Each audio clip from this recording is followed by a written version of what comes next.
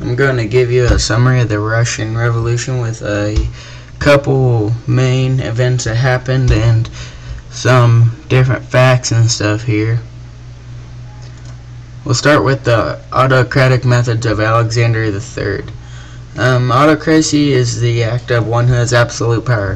When Alexander took over, he halted all reforms and enforced autocratic methods that followed the principle of autocracy. He imposed censorship, making sure the papers were not spreading news that would lead people to revolt. He also watched secondary schools and universities to make sure they were not teaching them to go against him or influencing their thoughts and ideas about him in a negative way. The political prisoners were exiled and sent to Siberia to never return again to Russia. He made Russian the official language, and Jews became the target of persecution. And then he put police and soldiers on the streets to watch Russian citizens at all times.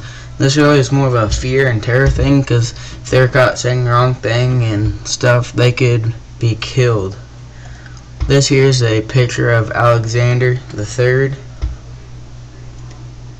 Another date I want to bring up is the economic changes under Nicholas II.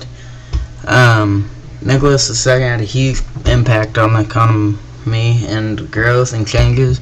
During 1863 to 1900, the number of factories doubled, but Russia still was behind the growth of everyone else. They lagged.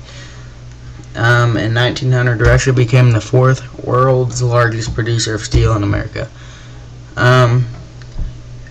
They made the world's longest railroad at the time. It was called the Trans-Siberian Railway. The workers started building it in 1891. It wasn't until 1904 when it was completed. It stretched from West Europe in Russia to Russian ports of the Pacific Ocean in the east. This here is a picture of it. This red track that runs right along here is actually the Trans-Siberian Railroad, and these others are just branches that come off of it. Bloody Sunday was the big revolution in 1905. It occurred on January 22nd. About 200,000 workers with their families advanced on to Tsar's Winter Palace.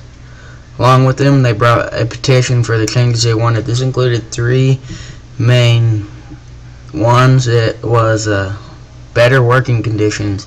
They had poor working conditions that were just terrible, and they wanted to make them better. They wanted more personal freedom, and then they wanted to elect their own national legislator. The generals and police were ordered by Nicholas to open fire, killing several hundred and wounding nearly 1,000 just citizens on the street. This aggravated the people, and even more strikes and acts of the violence spread throughout. Nicholas II opposed it for as long as he could, eventually giving in. In October of 1905, he approved Duma, which is Russia's first parliament. Going on to the March Revolution. In March of 1917, women textile workers started to strike in Petrograd. Through the next 5 days, riots exploded throughout the town.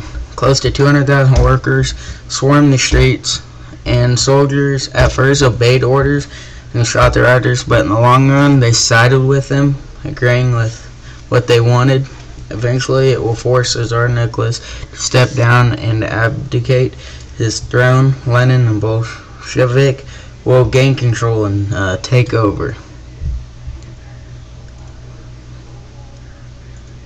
This is a picture of Lenin, and this is his real name right here.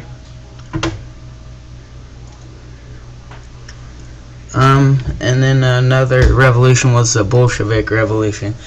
In the fall of 1917, people started to rally.